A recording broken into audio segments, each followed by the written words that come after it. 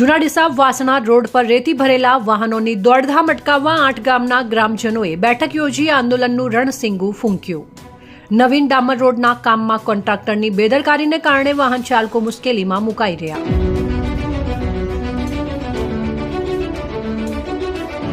ડીસા બનાસ નદીના પટ્ટમાંથી રેતી ભરીને દોડતા વાહનો સામે લોકો વર્ષોથી ત્રાહિમામ પોકારી રહ્યા છે.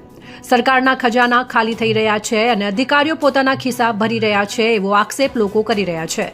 તાજેતરમાં જૂના ડીસા વાસણા રોડ પર રેતી ભરેલા ટ્રેલરે સ્કૂટીને ટક્કર મારતા માળી સમાજના યુવકનું મોત થયું હતું. આ બનાવ પછી લોકોમાં ભારે આક્રોશ ફેલાયો છે. આજરોજ જૂના ડીસા વાસણા સહિત આસપાસના 8 ગામના ગ્રામજનોએ બેઠક યોજી હતી અને ગ્રામજનોએ નિર્ણય કર્યો કે હવે આ રોડ પર રેતી ભરેલા વાહનોને એક પણ પગલાં નહીં ભરવા દેવામાં આવે. આ ઉપરાંત 26મી તારીખે કલેક્ટર અને ધારાસભ્યને આવેદનપત્ર આપવામાં આવશે.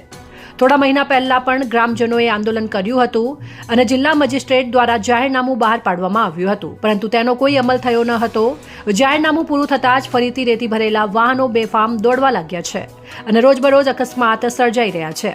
ગઈકાલે રાત્રે પણ લોકોએ રેતી ભરેલા વાહનો અટકાવીને પરત કર્યા હતા. તેનો વિડીયો સોશિયલ મીડિયામાં વાયરલ થયો હતો.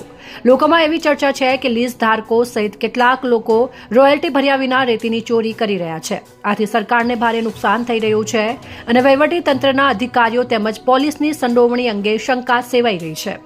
ગ્રામજનોએ સ્પષ્ટ ચેતવણી આપી છે કે નદીમાંથી સીધો રસ્તો બનાવીને રેતી કાઢવામાં આવે તો કોઈ વાંધો નથી, પણ જૂના ડીસા વાસણા રોડ પર હવે રેતી ભરેલા વાહનોને પ્રસાર થવા દેવામાં નહીં આવે. જૂના ડીસાથી જાબડિયા જતા માર્ગ પર નવીન ડામર રોડ બનાવવાની કામગીરી ચાલી રહી છે, પરંતુ કોન્ટ્રાક્ટર દ્વારા ચોમાસાની ઋતુમાં જૂનો રોડ ખોદી નાખતા રસ્તા પર ખાડાઓનું સામ્રાજ્ય ઊભું થયું છે.